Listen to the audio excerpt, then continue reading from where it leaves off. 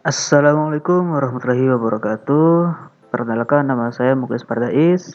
Di sini kita akan belajar mengenai bagaimana cara menginstal aplikasi pada komputer. Jadi, pada video ini kita akan mencoba menginstal aplikasi VLC. Nah, sebelum kita menginstal suatu aplikasi, sebaiknya kita mencari tahu terlebih dahulu aplikasi yang akan kita install itu sebenarnya aplikasi apa. Jika kita cari pada internet, dijelaskan bahwa VLC ini adalah suatu perangkat lunak atau software pemutar file multimedia seperti video atau audio. Nah, VLC ini bersifat open source ya, atau sumber kodenya ini terbuka untuk publik dan tersedia untuk berbagai macam sistem operasi, mulai dari Microsoft Windows, beragam distro Linux, macOS, dan sistem operasi lainnya. Pada titik ini, kita sudah mengetahui terkait aplikasi apa yang akan kita install, yaitu aplikasi untuk memutar file multimedia. Lalu, pada sisi kanan, bisa dilihat jika pengembang aplikasi ini adalah Videolan, yang bahkan sudah rilis 21 tahun yang lalu. Oke, kita langsung saja ya, mempraktekkan bagaimana cara menginstal aplikasi ini.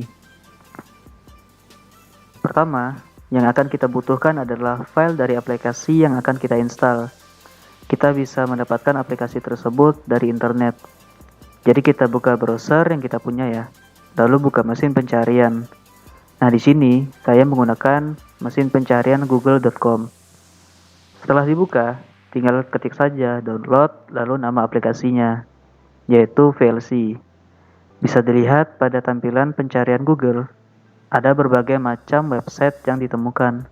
Tetapi, jika dilihat pada website yang paling atas, ini adalah website resmi dari VLC yang kita cari, yaitu videolan.org. Seperti yang kita lihat pada artikel Wikipedia tadi ya. Nah, tanpa ragu, langsung saja kita buka websitenya. Ketika dibuka, kita akan diarahkan langsung ke halaman utama downloadnya. Kemudian, coba kita baca pada Windows requirements-nya atau persyaratannya. Nah, pada keterangannya, di sana tertulis jika aplikasi VLC ini bisa berjalan di semua versi Windows, mulai dari Windows XP yang lama, bahkan sampai Windows yang terbaru, yaitu Windows 11. Jika syarat yang sudah kita penuhi, maka langsung saja kita lihat pada bagian tombol unduh. Pada tombol unduh, terdapat panah kecil ke bawah. Jika kita klik, maka akan menampilkan beberapa pilihan package aplikasi. Di sana terdapat package berbentuk zip, MSI, installer untuk 64-bit version, dan ARM 64 version. Kemudian, seperti yang kita ketahui sebelumnya, jika aplikasi VLC ini bersifat open source, maka akan ada juga menu pilihan source code untuk mengunduh source code aplikasi ini. Lalu, seperti yang telah dijelaskan sebelumnya juga, jika aplikasi ini tersedia di berbagai macam sistem operasi, maka kita juga bisa memilih untuk mendownload versi sistem operasi lainnya. Jika kita buka menu ini, maka akan tersedia untuk sistem operasi Windows, Apple, Linux, dan berbagai sistem operasi lainnya. Tapi karena kita ingin menginstal untuk versi Windows saja, jadi kita bisa kembali ke halaman sebelumnya saja. Untuk mendownload atau mengunduh file aplikasi VLC ini, langsung saja kita klik tombol unduhnya. Jika unduhan tidak kunjung merespon, kita bisa klik bagian tulisan click here. Jika unduhan merespon, maka kita tentukan tempat penyimpanan file aplikasi tersebut di mana. Di sini, saya simpan pada folder downloads. Bisa dilihat pada ekstensi atau tipe file yang kita unduh ini bertipe .exe atau execute, yang artinya file ini adalah format file aplikasi yang bisa dijalankan atau diinstal. Kemudian, kita klik save untuk menyimpan atau memulai mengunduh. Jika sudah selesai mendownload atau mengunduhnya, maka tampilannya akan seperti ini. Kita bisa klik show in folder untuk menunjukkan tempat di mana kita menyimpan aplikasi yang sudah kita download atau unduh ini. Untuk memulai penginstalan aplikasi, kita bisa langsung klik kiri 2 kali pada mouse, atau klik kanan lalu pilih Open. Di sana ada terdapat pilihan Run as Administrator. Pilihan tersebut bersifat opsional dari aplikasi yang akan kita install. Jika mengharuskan menggunakan Run as Administrator, maka kita gunakan pilihan tersebut. Tetapi pada aplikasi VLC ini, kita tidak perlu menggunakan pilihan tersebut. Jadi, kita bisa langsung open untuk memulai penginstalasiannya. Oke, pada awal menginstal aplikasi, biasanya kita disuguhi beberapa pilihan bahasa ya untuk menginstal dan menjadi bahasa dari tampilan aplikasi tersebut. Default dari bahasa pada aplikasi biasanya English ya. Nah, teman-teman bisa pilih sendiri tergantung yang teman-teman sukai. Di sini saya tetap memilih menggunakan bahasa Inggris. Jika sudah, klik saja OK. Lalu pada tampilan selanjutnya, di sini kita bisa langsung menekan Next. Kemudian, kita biasanya akan masuk pada tampilan mengenai persetujuan lisensi dari aplikasi yang akan kita install.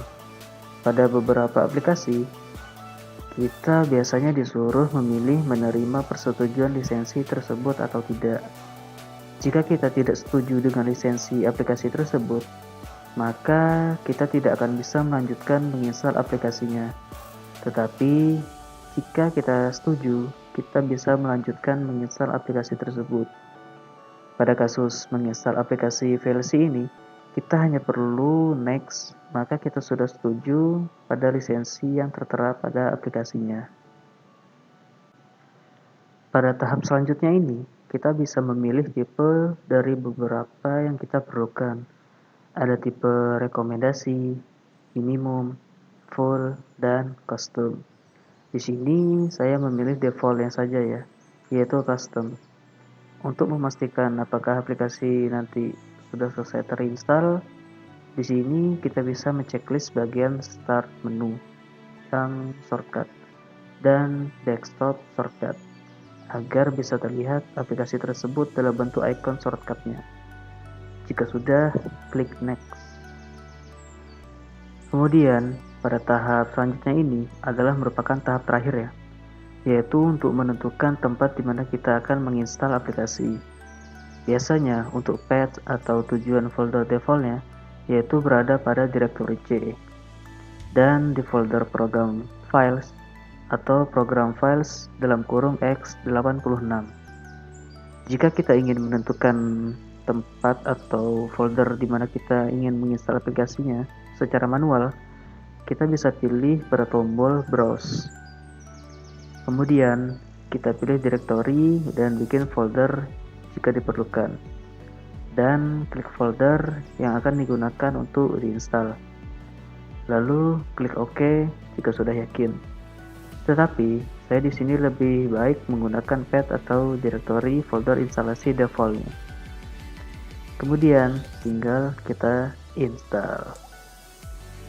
Di sini kita bisa melihat detail file apa saja sih yang akan terinstall untuk mendukung aplikasinya berjalan dengan menekan tombol Show Details. Pada tahap instalasi ini, diharapkan jangan sampai komputer mengalami mati atau restart dengan sendiri. Setidaknya ditunggu terlebih dahulu sampai proses selesai. Karena jika hal tersebut terjadi, bisa saja kita malah mengalami error yang tidak normal. Oke, setelah proses instalasi selesai, di sini terdapat beberapa pilihan lagi ya, yang mana jika kita ingin langsung menjalankan aplikasinya, kita checklist bagian run tersebut. Jika tidak, hilangkan saja tanda checklistnya. Nah, ada juga pilihan pada bagian bawah. Jika ingin mengunjungi website resminya, klik saja tulisan visit tersebut. Maka kita akan otomatis diarahkan ke websitenya via browser. Jika sudah, klik saja finish. Karena kita memilih atau menceklis run tadi, saat kita selesai klik finish, maka aplikasi akan terbuka. Kemudian, pada beberapa aplikasi lainnya juga, kita biasanya diberikan pilihan ketika kita sudah selesai menginstal aplikasi. Misal, apakah aplikasi tersebut ingin kita mengirimkan data kita ke pengembang untuk pengembangan lebih lanjut, dan pilihan apakah kita ingin memeriksa update aplikasi tersebut secara otomatis dan secara terus-menerus. Saran saya sih, jika kita diberikan pilihan seperti ini, lebih baik kita unchecklist atau hilangkan saja centangnya. Jadi aplikasi yang kita install ini tidak perlu terhubung ke internet untuk memberi data dan memeriksa pembaharuan secara berkala. Jika sudah, kita klik continue untuk konfirmasi pilihan kita. Sampai tahap ini, kita sudah berhasil menginstal aplikasi yang kita butuhkan. Bagaimana teman-teman? Mudah kan? Oh iya, untuk melihat bagian shortcut tadi, kita bisa kembali ke menu desktop untuk melihat shortcutnya. Dan kita juga bisa mencarinya di pencarian pada start menu. Oke, instalasi sudah selesai. Tapi bagaimana cara menghapus aplikasi yang sudah kita install? Caranya cukup mudah kok. Kita bisa tekan tombol Windows atau Start menu, kemudian ketik atau tulis Programs. Maka akan tampil System Settings, Add or Remove Programs. Langsung saja kita buka. Pada menu ini akan tampil berbagai macam aplikasi yang telah kita install.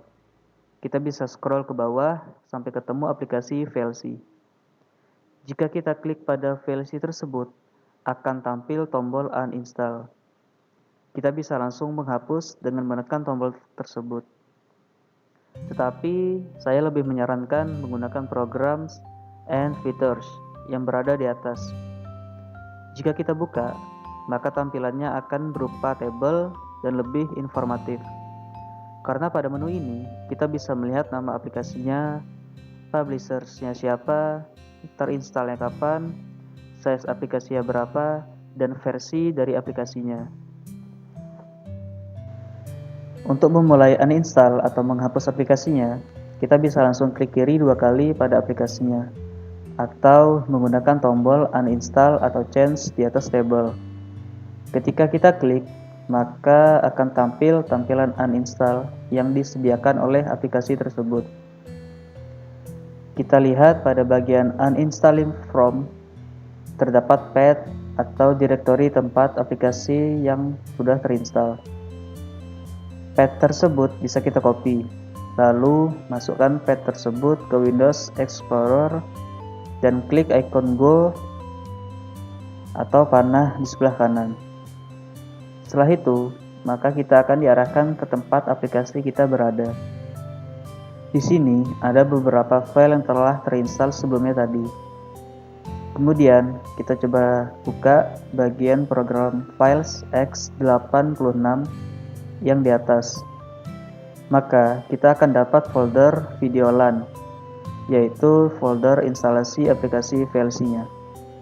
Bisa dilihat pada size-nya, yaitu sekitar 161 MB. Untuk melanjutkan uninstall atau menghapusnya, kita masuk lagi ke menunya ya. Lalu kita klik next. Pada beberapa menu uninstall aplikasi, biasanya disediakan tampilan seperti ini, yaitu untuk memilih kita ingin menghapus yang mana. Saran dari saya, lebih baik kita hapus semuanya. Jadi, checklist saja pilihan yang ada. Jika sudah, kita klik uninstall. Kemudian, proses uninstall akan berjalan. Setelah itu, kita coba lagi arahkan pointer ke folder Videolan. Dan ternyata, statusnya sekarang menjadi empty folder, yang berarti folder tersebut sudah kosong dan tidak ada isi file lagi. Untuk folder kosong yang seperti ini, kita bisa menghapusnya secara manual.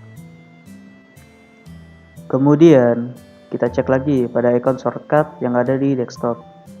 Ternyata, icon shortcutnya juga ikut menghilang. Begitu juga dengan yang ada di start menu.